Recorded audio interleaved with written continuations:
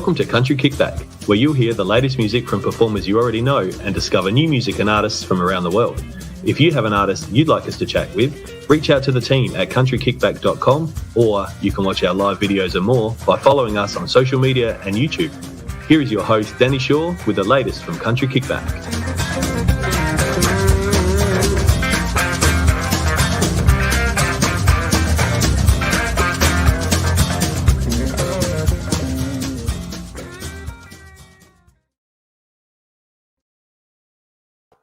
Hello. Happy New Year. I haven't been here very much, so I haven't seen any of you guys for the whole of January. So tell me what you have been up to. Did you have a good New Year's? How was Christmas? It was pretty busy down here. We did a fair bit. I went for camping, and then I've been in Melbourne a little bit. So I've been here, there, and everywhere. So I hope you've all had a great start to the year. Tonight we've got Michele Gardiner joining us. She wants to have a chat to us. She's got a single out. We want to have a chat to her about that and what the rest of the year is looking like so far for her. We just before we do go live, we have got a couple of issues with the internet. If it doesn't come through clearly, let us know and we can stop the interview. We can do it again when we know that we've got a good connection. So don't be afraid to put in the comments that we need to stop. All right, we might welcome Michele into the room. Hello. How are you? Hi there. I'm good. I'm crossing my fingers. We're coming through loud and clear. You are to me. So if anybody's watching and it doesn't come through, let us know. Ronnie's already here. Hi, Ronnie. Thank you for joining us.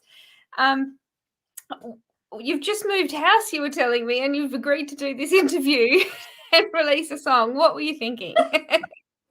I don't know. I'm in the middle of a mental breakdown. I thought, what better way to get out of that than talk to Danny on Country Kickback. It's been a time, with everything going on. But I've moved out to regional Vic, so that's the connection of the internet issue out here. But hopefully we'll get there and we'll be sweet. Hopefully. Well, I can hear you fine, and there's a few people coming in. Rebecca's popped in and said hi. I don't know. Can you see the comments if I put them on the screen? Are they coming through for you? Yeah, I can see them if you put them on the screen. Yes, wonderful. Hey, so they're coming through. Hi, Dave. I hope you had a good Christmas and a great New Year. So you've been busy, Michele. Last year you released "Show Me," and that wasn't last year. That was the year before, because we're 2022 now, aren't we? It was 2020 you released that. We're a month in. So you released "Show Me" in 2020, and that went really well for you. What have you been doing since that release? Well, building a house for one, and moving house. And also I spent the first I think it was about 35 shows in a row. I did weekly live shows, Facebook streams during that, over the time I released "Show Me" and up until about Christmas, I think. Yes. And so that was awesome, and it was such a great way to stay in contact with everybody, like what you're doing here. It's it was the same time every week, so the same people knew they could jump on and be a part of something with me. Yes. And I think more than, and I was taking requests and doing old country songs that everyone loved, and it just felt like a really warm atmosphere going on. And I think a lot of people really, some people were home by themselves in isolation a lot during that time, and it was something that I could do to help, Yes. Yeah. And it definitely does, because I mean, if you live alone and you've got no way of seeing people, jumping on and seeing an artist and being able to request things, they do feel like they're with you, which is exactly what music is for, to bring us all together. There's a lot of people popping in. So Mary said to say hi. There's lots of people. So hi, Mary. And Dave said that he enjoyed your lives. Are you still overseas, Dave? Are you still, or are you back? Whereabouts are you? So you did all your lives. Did you do write? Did you continue to write in that time when you were all locked up and trying to find things to do. Sorry, was that for me? Yes, sorry. Yes. Did you do much writing other than when you were in lockdown? Did you do much writing and things? I found it really hard to write, and I think the fact that live gigs got locked down and the uncertainty of where everything was headed, I found it really hard to write and be proactive in my artistry in that way. That's why doing my lives was just as much a good thing for me as for the audience, because they were like, hey, sing this song, hey, this song. And I was learning new songs, and it was something that drove me, because I had like this target every Wednesday night. I'm going to sing some new songs. I'm going to, perform. Whereas everything else outside of that felt quite hard. I don't know whether other artists, I know a lot of other artists are like, oh, I was doing lots of writing because I had all this time on my hands. And for me, I felt like that wasn't coming. It wasn't happening because I kind of didn't have that goal. So there's a couple of songs that started, and my writing process is not formal whatsoever. It's something where, sorry, I lost you there. I'll just keep talking. Sorry. Can you hear me? Yeah. So you're saying your writing process is not formal. You just sort of write it as it comes to you, and 100%. And it normally comes to me either in the shower or while I'm driving the car. So it's really inconvenient. So by the time you you need a pen and paper for your passenger. You need your passenger to be able to scribble things down. Or in the middle of the night. Yeah. Or in the middle of the night. My husband's asleep next to me, and the next day, and I've got like this little voice recording of me whispering a melody into my phone, and it's like, what is that? When it comes, you've got to get it down. Doesn't matter when. Oh dear. That's it. Now, your current single, Things That I Don't Have, I love the tune. I love the lyrics. It's a great song. When did you write this?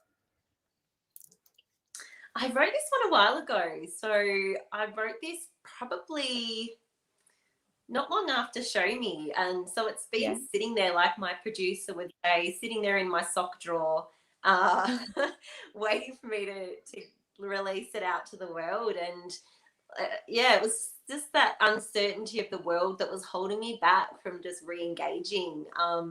But this wasn't the song I was going to release next. This was actually a song I was going to release in a little while. And but given the circumstances, it was a song and the lyric really spoke to me in this situation right now. So it's a song that I sort of use to remind myself to be grateful for the little things and to stay positive, as much as it is for everyone else out there. Yes.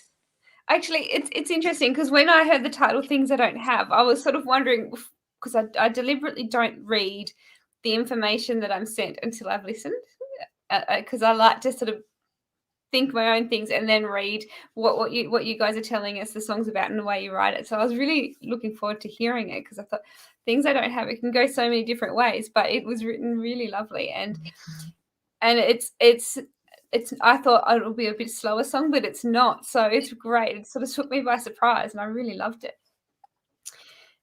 That's funny you say that. It was written to be, I thought it would be a ballad. Yeah, I thought it'd be a slower, more of a thoughtful song. But yeah, the way it's come out, it kind of, I feel like the music reflects the positivity of the song. Yeah. So it's a thing that's supposed to bring you up and brighten your day, brighten your thoughts. Hopefully the music now reflects that. It definitely does. Yeah. No, it definitely does. It's wonderful. Now, I know that you were heading to Tamworth, like a lot of us, that we all got postponed. What else have you got lined up for this year? I know it might change, but it might not if we're lucky. I know. It's like, Where even are we? Yeah. So I've rebooked my plane tickets to get up to Tamworth in April. So hopefully that will go ahead, and I can catch up with everyone up there. I do have, at this point, we did have a 6-piece band gig happening last weekend, but we had to cancel it because I got COVID. Oh, wow. So I had to make the call to cancel that gig because I just didn't know how I would be, and Yes. as it was, I wouldn't have been able to handle a full-on gig like that. So No. yeah, unfortunately, we had to let that one go. But we do have another full band gig happening at the Altona Bowling Club in Victoria, and that's happening on the 27th of February. So we're about to advertise that one, and hopefully, we all stay healthy, and hopefully dance floors will open up again by then too. Same. I cannot tell you how lucky we've been down here, because most of the way through we've been able to still have a dance floor and still get to gigs. I'm not sure what we can and can't do now. That's changed sort of January. I'm not really sure where we're at, but up until our borders opening, we were still able to do that sort of thing. And it must be awful for you guys to have gone for so long. I don't know. I couldn't imagine it. Horrible. Yeah, I kind of don't even want to do the gig if people can't dance. It's like my feedback, and if everyone's just sitting there, I feel bad. Yes, yeah, and you need that vibe to get up, and you sort of feed off each other, don't you? The band feeds us. We're all listening. We want to dance. We want to sing, and that goes back to you guys as well to keep going. And it's hard without those drives, and especially I don't know how people did Tamworth last year, where they weren't even allowed to sing or cheer from their seats. I don't know. I would have been kicked out of the venue straight away, because I don't think I'd have been able to. I'd have had to sit on my hands to stop myself from doing it. But yeah, it's incredible. Yeah. So you got COVID last week. Are you better now? Are you well? All healthy now? Yeah. 3 of my family members had it, and my oldest daughter didn't get it. So miraculously, it's a very strange thing, this COVID, but good on her. Hopefully I've got my I'm made of iron for the next 30 days apparently. Yes. Let's say 30 days and you're fine for it. You can go and do whatever you like. That's it. 30 days. You can travel the world if you want to. So I was looking on your website earlier, and you have a great website. People can still buy your EP. Have you got many copies of that left? Can people order it? How do they do all of that? Yeah, for sure. There's copies left, and I'm happy to sign it for them and post it off in the snail mail. And that's the other thing. I've got these songs swirling around in my head and going, if I just get them down on paper and just get in the studio, I can release an actual album. So hopefully, in the next year, that could be something on the agenda as well. But yeah, my EP is still there for people to purchase. Have you got other songs that are recorded and ready to release for 2022? Sorry, what was that? I didn't get that one. Have you got other songs recorded and ready to go for release in 2022 as we move forward? Singles? Yes, yeah. No, sorry, I'm losing you, but I'm going to assume. That's all right. Yeah, I'm just going to think that you've said that are there any other singles coming in 2022? Yeah. Yes. Okay, cool. Well done. So yeah, I'm hoping to release another track for when we go to Tamworth in April. So I do have one ready to go. It's all mastered and ready. So hopefully we can get that one out. And that's a much more upbeat, sort of hard-hitting track. Very much a girl power track, and it's one of those songs that I wrote that I sort of picture a live show and go, this would be a cool song to just kick off the show with and get everyone going. So yeah, hopefully it does that. That sounds so exciting. I hope you can still hear me. I've got you perfectly clear, so if you're having trouble, let me know, everybody. And where can we all find you? Socials. If you got Facebook, do you have TikTok, Instagram? Where can people keep an eye on you? Yeah, for sure. So Facebook and Instagram. There's a few little tidbits on YouTube, some of my video clips on there. I haven't ventured into the world of TikTok yet. I feel like I'm too old for it. It looks complicated to me.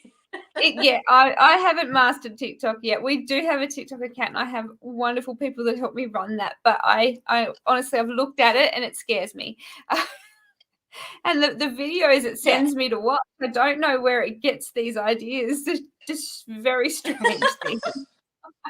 I must say, obviously I'm not normal because it doesn't send me normal videos. Oh, dear. I love Amber Lawrence's TikTok. I think she's pretty funny. She's very funny. I often, when I watch it, I wonder how long did she think to come up with that, or was it just something that naturally happens for her? So it'd be interesting. She's very clever. Very clever. So I know that you're having a bit of trouble, so we won't keep you too long. But have you got any lives booked to come up as your Wednesday night lives? Are you going to do some more of those soon? Sorry, what was that one? Try one more time. I was just wondering, have you got any live streams coming up that you've booked? You usually do Wednesday. Nope, I think we might have lost her. I'm sorry, John. We'll get it. We'll find out the answer for you, and I will pop it in the comments. But we might end there because Michelle's having a lot of issues with her internet. We will try and do another show when she gets the NBN back on. Thank you so much for joining us. I'll be back tomorrow night. I've got Darlinghurst to have a chat to us tomorrow night about their new single, and I've got a couple of other shows coming later in the week as well. So keep an eye on the pages, and I'll let you know as soon as they're locked in. Thank you so much. See you tomorrow.